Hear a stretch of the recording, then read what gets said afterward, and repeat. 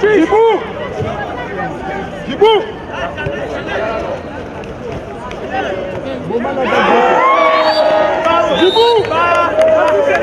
La dernière participation du département de la Sangha, c'est 2012 à Dolisie. Un rêve, c'est qu'il est arrivé un moment où même la fédération, je parle donc du bureau sortant, n'a pas vraiment considéré, pour ne pas parler des autres départements, je parle du département de la Sangha. Nous avons organisé des compétitions à l'intérieur, mais au niveau de la fédération, on ne nous a pas considérés et on était obligé de garder notre statut tel que nous étions. À la Sangha, nous avons 3 clubs et chaque club avec une catégorisation, donc des juniors et des seniors. Donc nous avons un total de 9 clubs. Les compétitions sont organisées de façon triangulaire. Nous jouons à Wesso, et nous jouons à Pokola et nous jouons à Ngombe.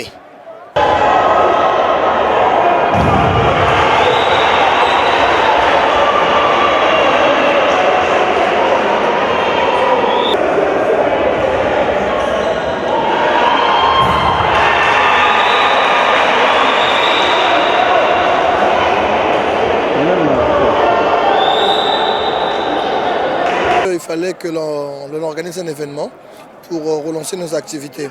Vous savez que la pandémie liée au coronavirus est venue tout stopper depuis près de 2 ans. Mais avant cela déjà, nous sentions que notre handball était en train de perdre un peu de vitesse. Donc il fallait que nous puissions donc remettre un peu les choses en place. Et pour cela, nous avons réfléchi. Parce que nous arrivions déjà à la fin de la saison sportive, il fallait organiser une compétition. Nous observons des équipes qui sont au niveau, du point de vue conditions physiques même. Nous voyons la DGSP, nous voyons Cara, un peu Étoile du Congo, nous voyons Interclub. Mais ce sont des équipes qui ont OTO. Nous voyons que ce sont des équipes qui ont commencé à s'entraîner depuis pas mal de temps.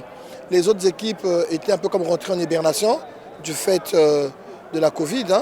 Et donc on est en train de remettre les choses. Beaucoup d'équipes ici, nous le voyons, ont repris les entraînements il n'y a pas très longtemps. Donc il est normal que nous remarquions que de nombreuses équipes, les athlètes, ne sont pas encore à 100% de leurs conditions physiques. Mais moi je pense que le premier des bénéfices, c'est le fait déjà de jouer. C'est de jouer. Nous avons organisé cette compétition pour redonner goût au handball. Et vous voyez l'engouement, vous voyez les enfants qui viennent de l'intérieur se lâchent. Et même ceux de Brazzaville se lâchent, ceux de Pointe-Noire se lâchent et cela nous fait plaisir. C'est ça déjà le premier bénéfice. C'était déjà relancer l'activité. Maintenant derrière, oui, il y aura des trophées. Derrière, oui, il y aura des primes. Nous sommes accompagnés par certains sponsors. Dans toute organisation, il y a le nerf de la guerre. Le nerf de la guerre, c'est l'argent. Nous n'en avons pas. Et malheureusement, nous traversons une conjoncture difficile. Elle est difficilement, financièrement parlant, économiquement parlant, il n'y a pas d'argent. Donc aujourd'hui même, le gouvernement n'arrive pas à nous suivre. Regardez cette compétition. Nous gérons 900 athlètes, dont 400 venus de l'intérieur. Il faut les loger, il faut les nourrir, il faut les transporter. Donc nous sommes obligés de nous battre avec les moyens de bord. C'est là où réside notre difficulté, c'est la principale difficulté, le nerf de la guerre. Aux athlètes, moi je leur ai dit, vous avez des encadreurs qui ont déjà fait leur vie, certains ont été des joueurs, certains ils vous entraînent, c'est vrai. Mais votre métier c'est avant tout ce handball-là. C'est vous les acteurs, c'est à vous de savoir que c'est vous qui devez jouer. Donc pour cela, il faut accompagner